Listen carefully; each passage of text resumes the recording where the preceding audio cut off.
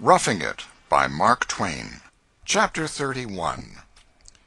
There were two men in the company who caused me particular discomfort. One was a little Swede, about 25 years old, who knew only one song, and he was forever singing it. By day we were all crowded into one small, stifling bar-room, and so there was no escaping this person's music. Through all the profanity, whiskey-guzzling, old sledge, and quarreling, his monotonous song meandered with never a variation in its tiresome sameness, and it seemed to me, at last, that I would be content to die, in order to be rid of the torture. The other man was a stalwart ruffian called Arkansas, who carried 2 revolvers in his belt and a bowie knife projecting from his boot, and who was always drunk and always suffering for a fight. But he was so feared that nobody would accommodate him. He would try all manner of little wary ruses to entrap somebody into an offensive remark, and his face would light up now and then when he fancied he was fairly on the scent of a fight, but invariably his victim would elude his toils, and then he would show a disappointment that was almost pathetic. The landlord, Johnson, was a meek, well-meaning fellow, and Arkansas fastened on him early as a promising subject, and gave him no rest day or night for a while. On the 4th morning, Arkansas got drunk and sat himself down to wait for an opportunity. Presently, Johnson came in, just comfortably sociable with whiskey, and said, "I reckon the Pennsylvania election—" Arkansas raised his finger impressively, and Johnson stopped. Arkansas rose unsteadily and confronted him. Said he, "Why, what do you know, about Pennsylvania? Answer me that. Why, what do you know about Pennsylvania?" "Well, I was only going to say—" "You was only going to say. You was. You was only going to say. What was you going to say? That's it. That's what I want to know. I want to know what.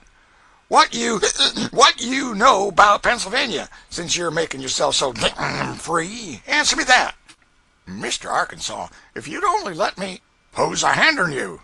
Don't you insinuate nothing agin me. Don't you do it.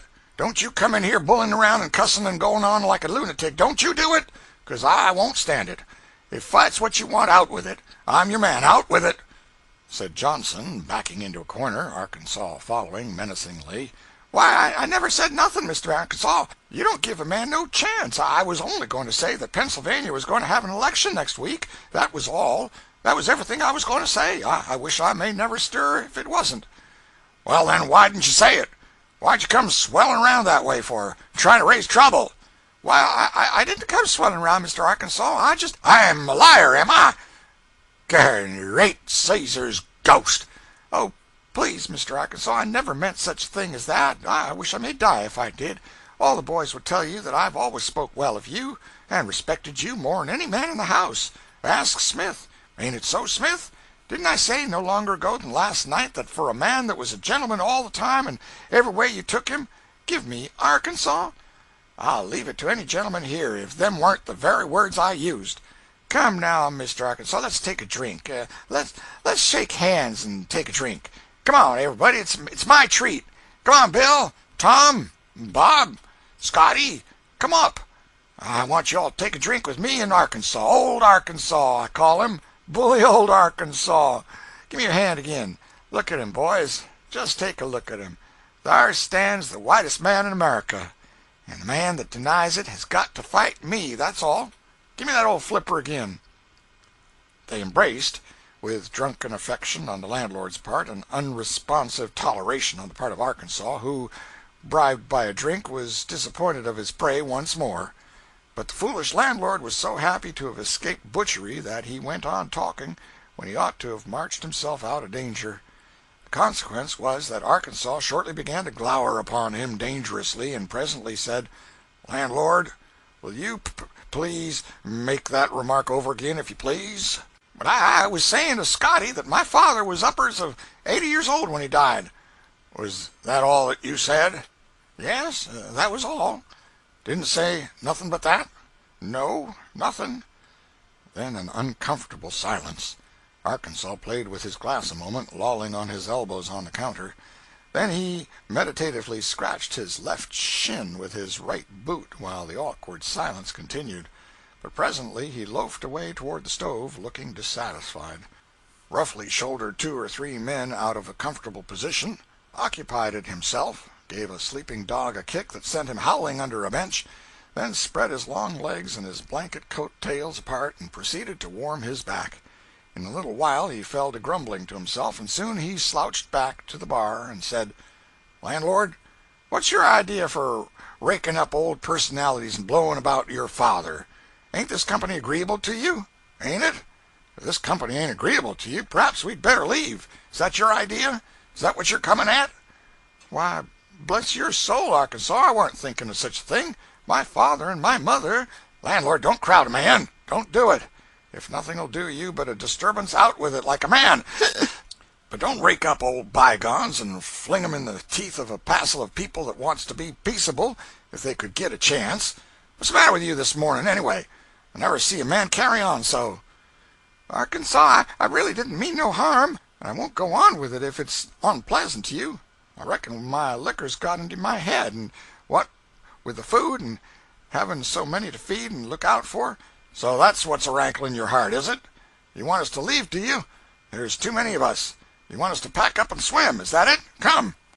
"Please be reasonable, Arkansas. Now you know I ain't the man to—" "Are you threatening me? Are you?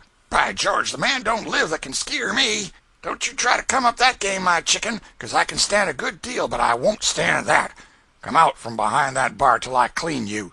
You want to drive us out, do you, you sneaking underhanded hound? Come out from behind that bar. I'll learn you to bully and badger and browbeat a gentleman that's forever trying to befriend you and keep you out of trouble." "Please, Arkansas, please don't shoot.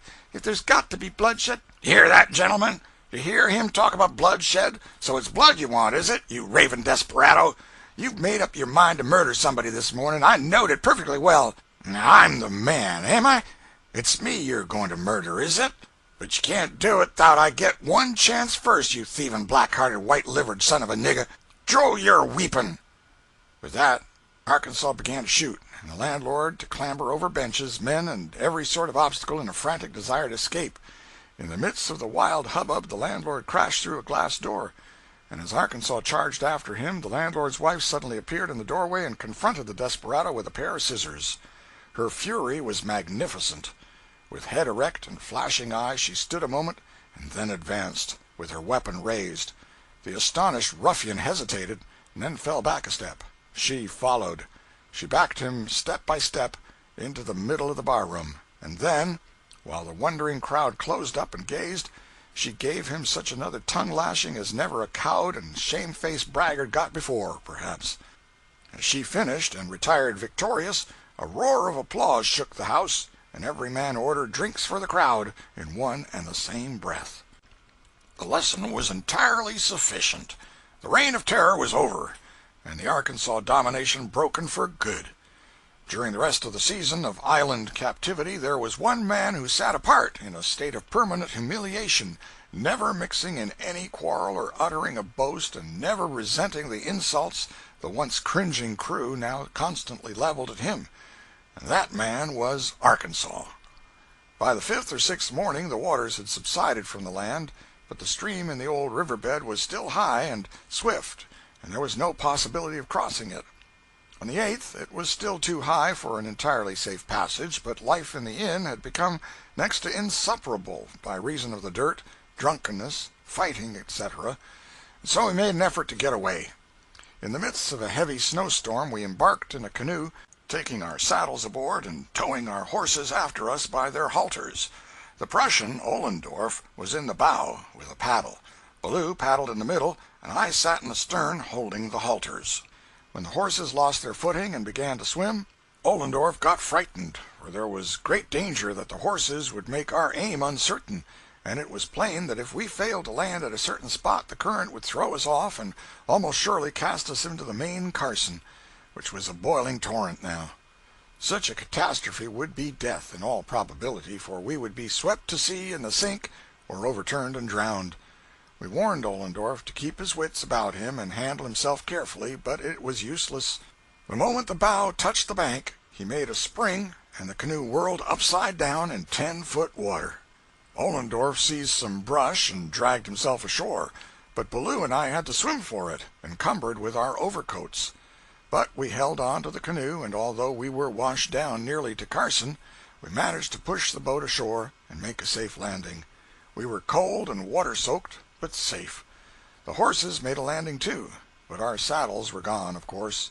We tied the animals in the sagebrush, and there they had to stay for 24 hours.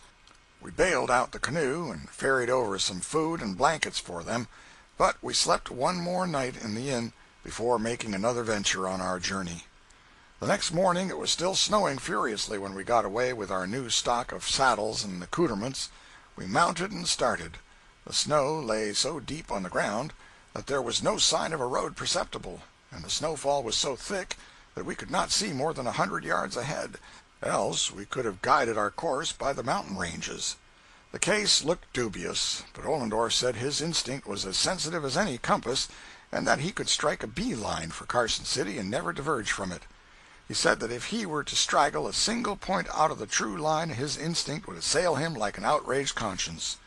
Consequently, we dropped into his wake, happy and content. For half an hour we poked along warily enough, but at the end of that time we came upon a fresh trail, and Ollendorf shouted proudly, "I knew I was dead as certain as a compass, boys. Here we are, right in somebody's tracks that will hunt the way for us without any trouble. Let's hurry up and join company with the party."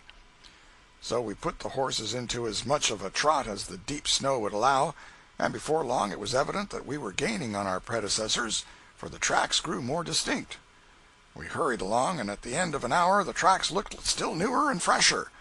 But what surprised us was that the number of travelers in advance of us seemed to steadily increase. We wondered how so large a party came to be traveling at such a time and in such a solitude. Somebody suggested that it must be a company of soldiers from the fort, and so we accepted that solution and jogged along a little faster still, for they could not be far off now. But the tracks still multiplied, and we began to think the platoon of soldiers was miraculously expanding into a regiment. Ballou said they had already increased to 500. Presently he stopped his horse and said, "Boys, these are our own tracks, and we've actually been circusing around and round in a circle for more than 2 hours out here in this blind desert.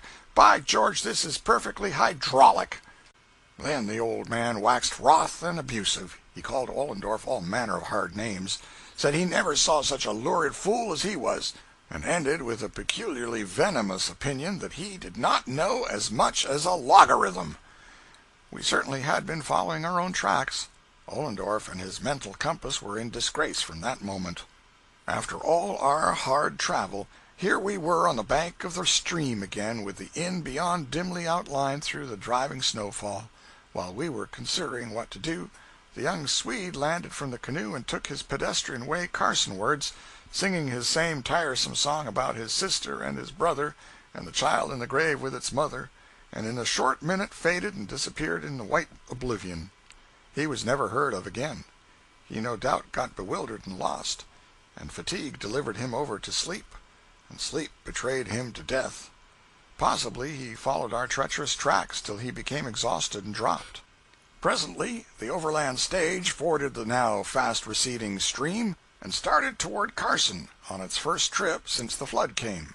We hesitated no longer now, but took up our march in its wake and trotted merrily along, for we had good confidence in the driver's bump of locality. But our horses were no match for the fresh stage team. We were soon left out of sight, but it was no matter, for we had the deep ruts of the wheels made for a guide. By this time it was 3 in the afternoon, and consequently it was not very long before night came, and not with a lingering twilight, but with a sudden shutting down like a cellar door, as is its habit in that country. The snowfall was still as thick as ever, and of course we could not see 15 steps before us, but all about us the white glare of the snow bed enabled us to discern the smooth sugar-loaf mounds made by the covered sage-bushes, and just in front of us the 2 faint grooves which we knew were the steadily filling and slowly disappearing wheel tracks. Now those sage-bushes were all about the same height, 3 or 4 feet. They stood just about 7 feet apart, and all over the vast desert. Each of them was a mere snow mound now. In any direction that you proceeded, the same as in a well-laid-out orchard, you would find yourself moving down a distinctly defined avenue, with a row of these snow mounds on either side of it, an avenue the customary width of a road, nice and level in its breadth, and rising at the sides in the most natural way by reason of the mounds. But we had not thought of this. Then imagine the chilly thrill that shot through us when it finally occurred to us, far in the night, that since the last faint trace of the wheel tracks had long ago been buried from sight, we might now be wandering down a mere sage-brush avenue, miles away from the road and diverging further and further away from it all the time. Having a cake of ice slipped down one's back is placid comfort compared to it. There was a sudden leap and stir of blood that had been asleep for an hour, and as sudden a rousing of all the drowsing activities in our minds and bodies. We were alive and awake at once, and shaking and quaking with consternation, too. There was an instant halting and dismounting, a bending low, and an anxious scanning of the roadbed. Useless, of course, for if a faint depression could not be discerned from an altitude of 4 or 5 feet above it, it certainly could not with one's nose nearly against it. End of chapter 31.